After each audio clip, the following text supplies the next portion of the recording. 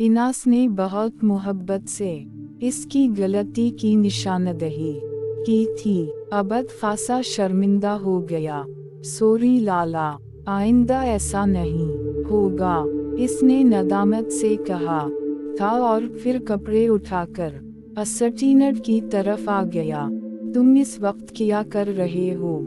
पिनास यकीना इसकी खिटपट से अंदाजा लगा चुका था कि साहिब बहादुर कुछ काम वगैरह में भी मसरूफ हैं। अपने कपड़े इस्त्री करने की कोशिश।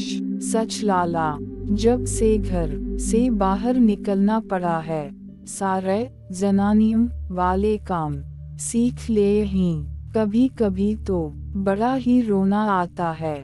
पिछली मर्तबा सूब ने मेरे कपड़े लॉन्ड्री में नहीं दे तो खुद ही धोने पड़े। हर शर्ट को धोते हुए मोनसा और खाला की बड़ी शिद्दत से याद आई थी। 8 आंसू बहाते हुए एक एक मोजा धोया था। पिनास को हंसी आ गई। चलो, उसी बहाने तुम्हें ख्वातीन की कद्र तो आई। जनाब, हम तो दिल से कद्र करते हैं, बस आप ही ख्वातीन की कद्र नहीं पहचानते।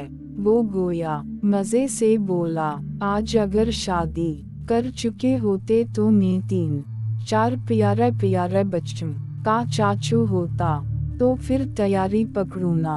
मैं तुम्हें चाचा बनाने के लिए तैयार हूँ। पिनास ने गोया एक खुशगवार धमाका किया था। अबद की सारी बेजारी पल भर में उड़न-छू हो गई। लाला, आप सच कह रहे हैं? वो बेहद हैरान हुआ। 100% सच। पिनास इसकी खुशी पर खुद भी मसरूर हो गया था। कौन है वो खुशनसीब? डॉक्टर हुरिया मेरी क्लास फेलो थी और बाद में हम दोनों ने तकरीबन साल भर तक मेडिकल कॉलेज में पढ़ाया भी था। फिर हुरिया इंग्लैंड और मैं अमेरिका चला गया था। इस पर कुछ घरेलू जिम्मेदारियां थीं, सो उसी लिए इसने मुझे भी कोई अगला कदम उठाने की इजाजत नहीं दी थी। अब जबकि वो अपने मसाइल से आज़ाद हो गई है और मैं भी अपना क्लिनिक इस्टेब्लिश कर चुका हूँ, तो फिर सोचा क्यों ना मामा और मामा के लाडले को खुश कर दिया जाए। पिनास के लहजे से खुशी और शादिमानी के फवारे फूट रहे थे। यानी बंदूक मेरे और मामा के कंधे पर रखकर चलाना है। अबद ने शरारती अंदाज में कहा, ठीक है जी, हमें फिर भी मंजूर है। आप माने तो सही। घर कब आओगे?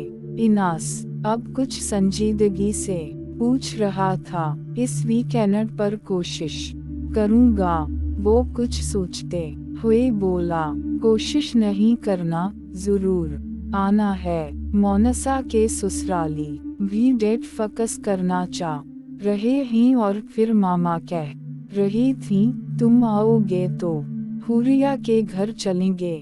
बड़ी बेचैनी हो रही है। अबद को इसे छेड़ने का मौका मिल गया था। मजीद आध घंटा लाला से बात करने के बाद वो बड़े ही खुश गवार मूड में सोने के लिए बेड पर लेट गया। जहन से रमशा की फोन कॉल और जाजिम की तरफ से मिलने वाली शकसत खुद ब खुद निकल गई थी।